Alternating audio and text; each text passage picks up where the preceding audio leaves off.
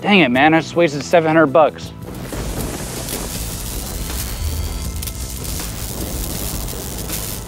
Today, we're testing the Canfield Yelli Screamy, the OG aggressive hardtail. This comes right after the Nuke-Proof Scout was finally dethroned, and we have a new leader, the RSD middle child. I was just as surprised as you guys were that the RSD did so well because the geometry was just so different from what I thought I liked. And that's why we're doing these tests instead of sitting there pontificating at geometry charts. In a way, this is a quest for us to understand geometry and hopefully one day figure out the perfect geometry to build a custom frame. But today we have the 7th frame to build in the last 7 weeks. But first, I gotta strip down the RSD, and the good news is I bought some 26-inch wheels for it, and I'm gonna build up a monster tail, and I'll do that video in like October. Have you tried Element yet? Well, what are you waiting for? If it wasn't for this electrolyte pack, I don't think I would be where I am today in my mountain bike saga, and I probably wouldn't be able to ride that much, especially with the heat.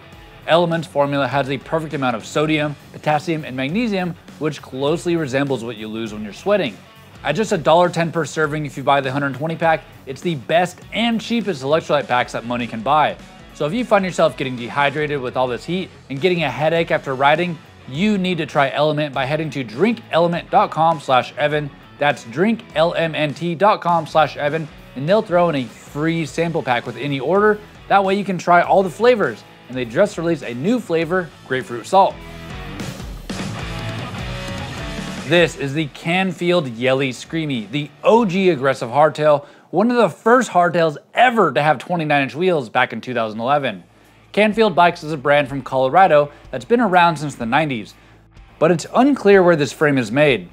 This Yelli Screamy has been tried in the fire with many revisions over the years, and you can tell it's a super refined frame. So this was actually the 2nd frame that I bought in this series, and I actually bought it from a local bike shop. It was up on the wall for months, just kind of collecting dust. I guess someone had ordered it and had it built, but didn't like the color or something, I wonder why, and they took it apart without ever riding it. So because of that, I bought it for 700 bucks, but I just now saw while writing this video, they're on sale on the website for 600 bucks. Dang it, man. The build quality, it's top notch. And every frame on this hardtail quest, I've been requesting a 2nd water bottle cage mount. Well, the Yelli Screamy, it has 3. So that means I can mount my CO2, an extra water bottle cage, or even a big frame bag for bike packing. I love it, man. Then the rear axle has a pinch bolt, which no other frame has, and that means you don't have to tighten the axle as much, leading to less pressure on the hub bearings and potentially a freer spinning rear wheel. So I'm really liking what I'm seeing here. I'm gonna give the build quality a 5 out of 5. But let's talk tubing shape, and let's address the elephant in the room, the curved top tube. So I showed this frame to a few friends and they laughed at me and said, that's a girl's bike. You know, given the curved top tube, they usually do that on ladies' bikes and the purple paint, obviously. But I don't know, what do you guys think? Is this a girl's bike?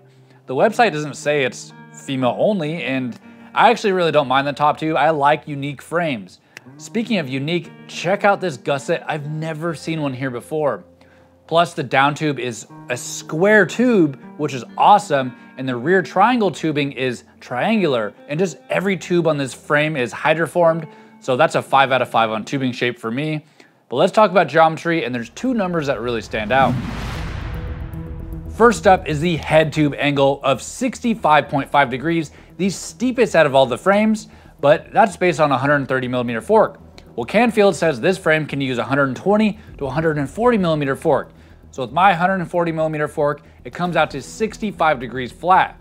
Then the seat tube angle, and Canfield got pretty wild on this one, 77 degrees, by far the steepest seat tube angle out of all the frames in this quest. Last video, I kind of just recently figured out that I like 74-degree seat tube angles because it's a better pedaling position for grinding out the miles. So I really hope this Canfield doesn't ride like crap. This frame has a really short chainstay, which I like. But one thing I'm worried about is the wheelbase is the shortest out of all the bikes, 1185 millimeters, although that's pretty close to the Nuke-Proof Scout, so we'll see how that goes. Then the rest of the numbers are just kind of moderate, right in the middle of everything else. The reach got changed with the fork travel increase, and it's now 445 millimeters, just how I like it, kind of short. Then the stack is very moderate, 638 millimeters. Last is the bottom bracket height, right in the middle with 320 millimeters. But I really wonder how this frame is gonna ride with the extreme C-tube angle, a steeper head tube angle, and the shortest wheelbase. This could either be too extreme or extremely fun.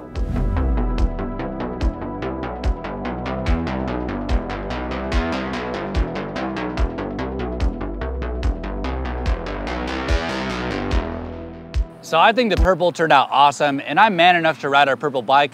Plus, I don't even stop that long on the trails, long enough for people to judge me. I'm more of like a blur. So I can really care less what other people think, but I'm gonna take some points away for this bike, and it's because of this curved top tube. Now, if the curved top tube was for compliance, I'm all for that. But if it's not, it takes away space from the water bottle, and I had to run a side cage, a smaller water bottle. So I'm gonna take the tubing shape down to 4.7, but overall, I really like the looks, and I already got a compliment on it, so I'll give the looks a 4.8, and that means we have a new virtual leader, but spoiler alert, I already rode this bike once off camera, and it did not ride well. Right away when I got on the bike, it just felt weird, and I could really feel that steep C-tube angle. It was really uncomfortable. Almost made the bike feel too small for me. And steeper C-tube angles are becoming more of a trend because that means you're able to weight the front end more, and that helps on the really steep, punchy climbs.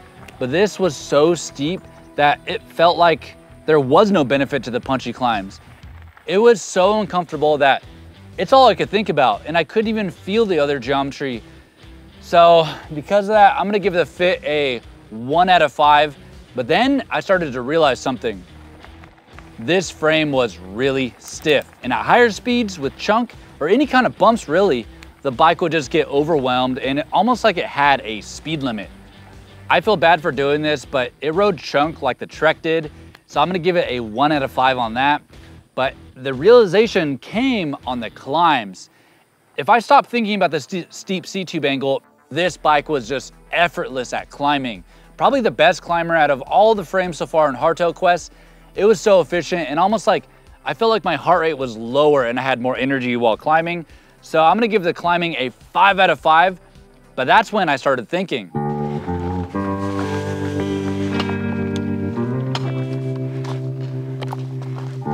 I think this frame is actually an XC frame.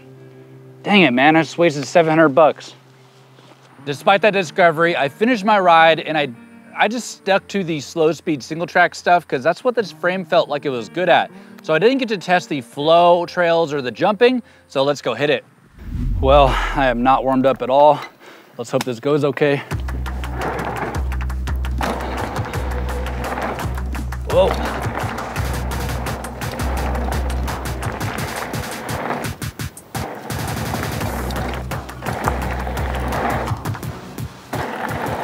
All right, not bad.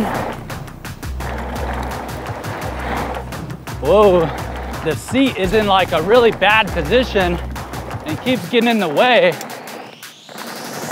Whoa, damn. This frame gets deflected so easily. Yeah, I'm gonna give the jumping a 3. I do not feel comfortable on this thing. All right, let's see how it does on this drop. Oh, kind of scary.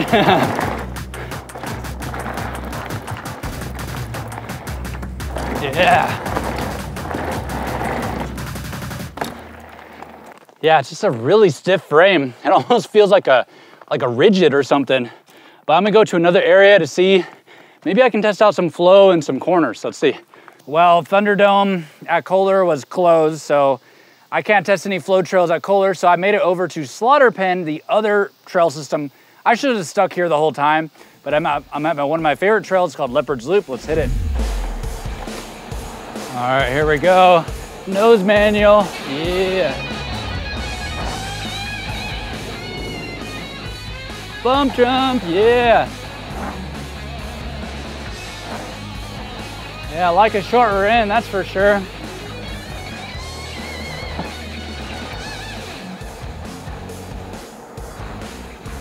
All right, corner's all right. Whoa. Yeah, the cornering's not bad. It maintains speed well because it's not a very flexy frame. So I'm gonna give the flow I'll give it a 4. Try to be fair to this bike. This next one is called Boo Boo. And there's 2 turns here I can really lay it over.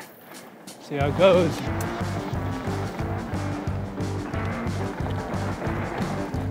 Okay, not bad.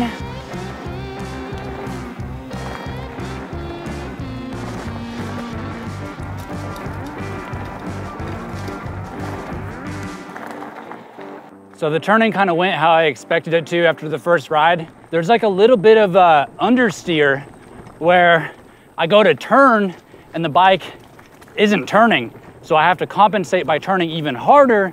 And it's just a kind of uncomfortable feeling. And maybe I could get used to that over time. But I mean, I've spent maybe 4 or 5 hours on this frame now and I still can't get used to it. So I'll give the cornering, I'll give it a 2.5. But I think I have an idea of what to do with this bike. And I've never done something like this before. I think since this bike feels like an XC bike, not just because of the C-tube angle, just everything. It feels like an XC bike.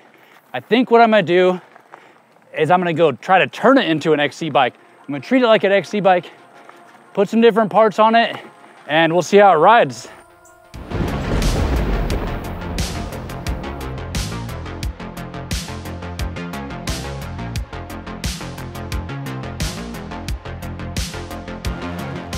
Well, how's that for an XC bike?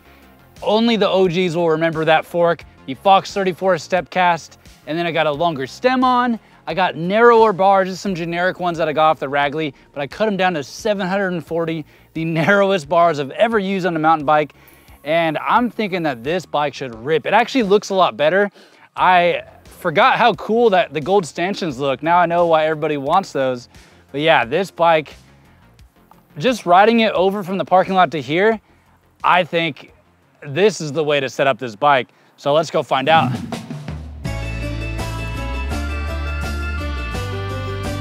Yeah, man, this is the way to set up this frame.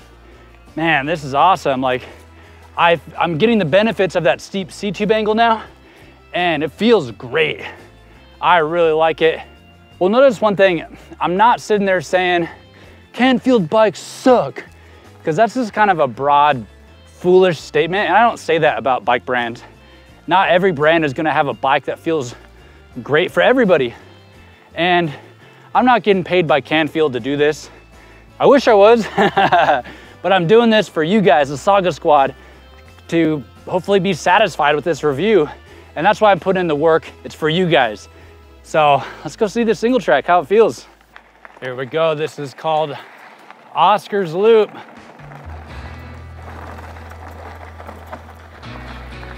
Oh, I really like that front bias now with this stem and bars.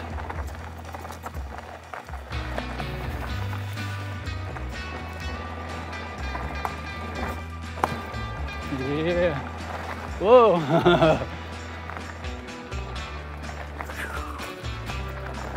Wow. Yeah, this is trippy about the handling. I kind of like it. I might want to get a real XC bike or something. See how it does on this punchy climb. Yeah. Let me know if you've ridden an XC bike, if they're worth it. I was actually thinking about getting the Vitas Rapide hardtail.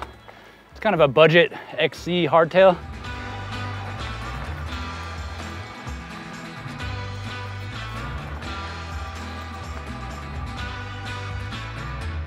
Well, single track was pretty fun. It was all right. I mean, probably every single frame in the lineup would feel better on single track with this kind of front end setup.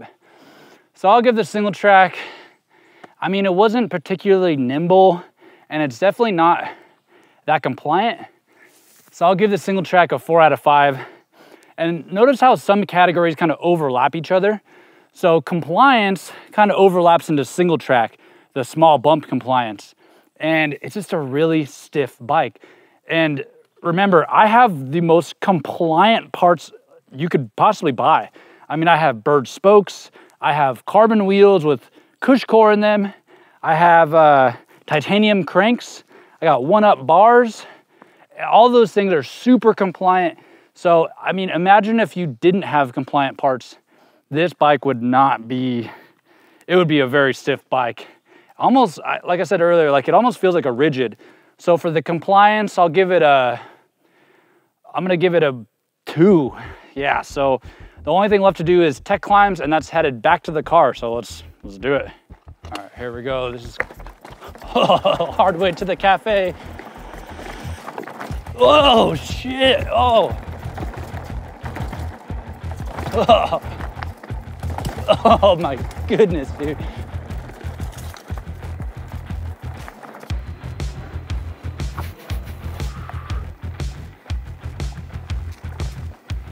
The one good thing about this bike for tech climbing or regular climbing is I don't ever have to let off the pedals. It is such a super efficient climber. Whoa, hold on. Yeah, it's super efficient and I never have to let off, so it kind of like monster trucks over everything, which is great. So I think I have an idea of what this bike is probably good at. And let me finish out this trail, I'll tell you. Oh, not bad. Let's see this next one. Yeah, this bike with the tech climbs, I don't feel like it's anything special. This is kind of average. I mean, I've definitely had some frames that were really good tech climbers, but this one, I'm gonna give it I'll just give it a 3 out of 5. All right, made it back to the car. So this bike, this Canfield Yelli Screamy, I think it would be a great bike for backpacking. I mean, it wasn't particularly good at XC either. So I think it would, because it's so efficient while pedaling. I mean, I could pedal all day on that bike and it just feels so effortless. So I bet you throw a bag on there, throw a rack. I don't know what bike packing is like. I bet that frame would be amazing for bike packing. I feel bad for scoring it like I did, but then again, it is what it is. This is my hardtail quest, my opinions on each and every frame. So let's go see what the total scores are. So it's a bummer that this frame didn't work out for me, and I hope I'll be able to sell it to recoup some money. For this lineup of frames I did for Hardtail Quest, I really did very minimal research, just enough to see that there are 29ers and could use a 140mm fork, but I really tried to avoid brand talking points or hear someone else's opinion on it. And I just now checked, and Canfield says this Yelli Screamy is an XC bike with an identity crisis. Just don't call it a short travel hardtail. I don't know, but let me know if you think I gave this frame a fair shot. So with everything, we have ourselves a new winner of last place, 59 out of 100. But next week, the final frame in Hardtail Quest, and it's a frame that you probably haven't heard of. Let's see if you can guess what it is.